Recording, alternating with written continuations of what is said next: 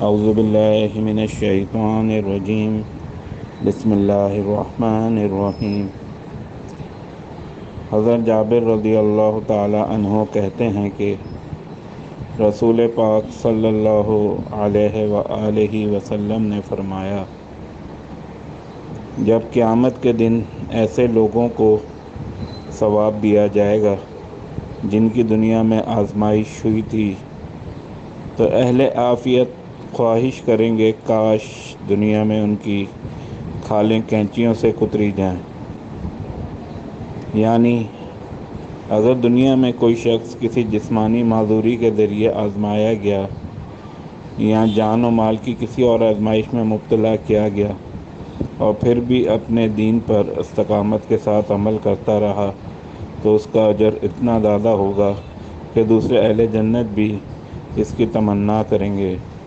افسوس کہ آج مسلمانوں کی اکثریت معمولی دنیاوی فائدوں کے لیے دین کے خلاف عمل کرنے لگ جاتی ہے۔